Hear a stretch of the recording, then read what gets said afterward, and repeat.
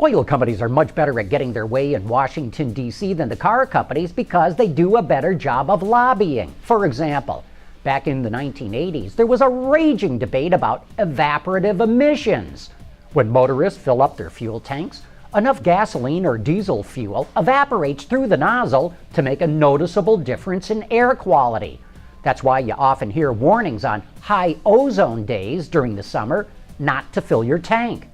The decision that the regulators faced back then was to A, require evaporative emission systems on every single vehicle sold in the American market, or B, require evaporative traps on every fuel pump at every station.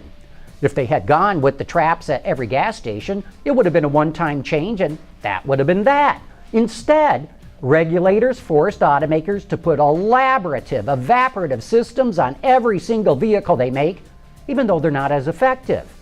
The energy needed to manufacture and install those systems on millions of vehicles every single year probably produces as much pollution as they are designed to save. Why didn't we just put them on the gas station pumps, which are better at trapping those emissions?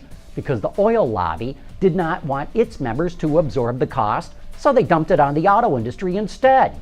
Today, the argument is about reducing CO2 emissions. Now, the fastest way to do that is to reduce the amount of carbon in fuel through ethanol blends or other measures. So why are not regulators going after the source of carbon emissions? Because the oil lobby doesn't want to hear about it.